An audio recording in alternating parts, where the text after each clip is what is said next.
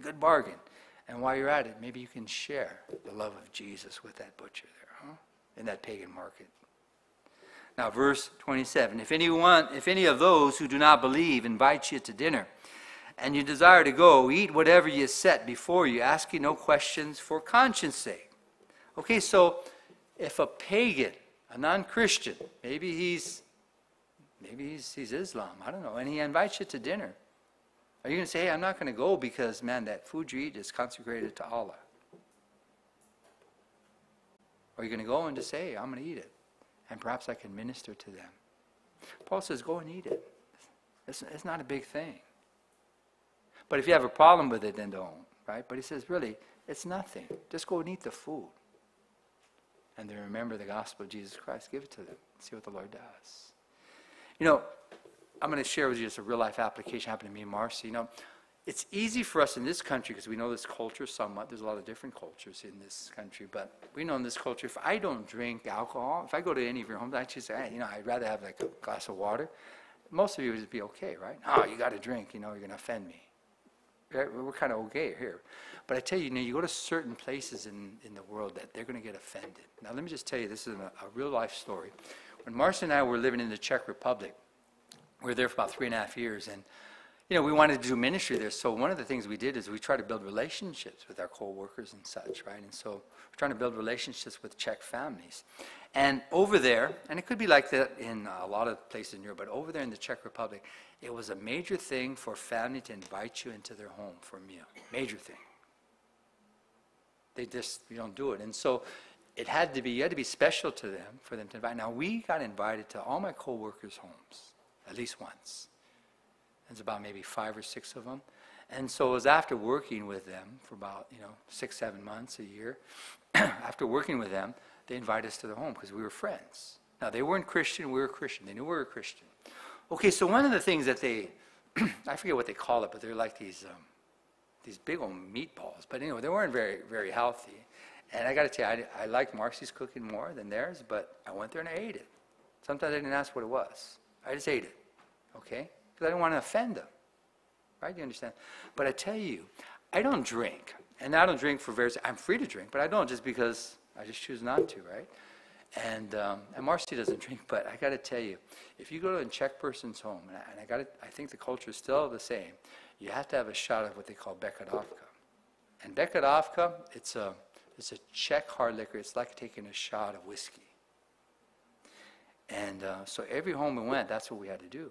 Now, Marcy, she's waiting for the opportunity. She kind of like, I remember the first home we went, Ava, her home, right? She's an older single woman. We went in there, and so Marcy, she pours us these shots, right? And so she goes up to the attendant, and so Marcy gets that shot. She pours it in the plant there. And so, because she just probably would get sick. That's how strong it was. And so when she came back in, she poured Marcy another shot. And so I drank it. Now, so I drank 2 shots. Okay? Now, somebody that is very legalistic can say, Pastor, that you shouldn't be doing that. Right? But my reason for doing that wasn't for self, because I don't like that tough stuff, tastes nasty. It's not for self, it was for what? I wanted to keep that relationship. I didn't want to offend her so that we can share the gospel. And we did share the gospel to her. You understand? You understand the context here? We're not doing things for me, myself, and I. We're doing things for the cause of Christ. And sometimes you're going to do these things. Sometimes, it's not a sin to drink. But don't say, I'm going to sacrifice, so I'm not going to visit like 20 different Czech families, so I can have 20 shots. That's the wrong context, isn't it? That's the wrong heart. You understand what I'm saying? So all these things you have to decide. And not every situation for every person in here is listed. But you're going to have to discern. But the discerning factor is, am I doing it, for the cause of Christ and to serve others, or am I doing it for myself? All right, that's the key. And this is what Paul is highlighting here. So he's not going back and forth. He's being all things to all men, so that what? So that some might be saved, right? Verse 28. But if anyone says to you, this was offered to idols, do not eat it for the sake of the one who told you. And for conscience sake, for the earth is the Lord's and all its fullness. So you get somebody that says, hey, you shouldn't eat that, then don't eat it. Okay? Now, verse 29, conscious, I say, not your own, but that of the others. So be conscious of their convictions, not your own. It's hard to do, huh? We like to kind of tell everybody my convictions. We don't like to hear what their convictions are, right? But he says, no, this is the love. Right? This is the glue that holds us together. Conscious, I say, not for your own, but that of... Why is my liberty judged by another man's conscience?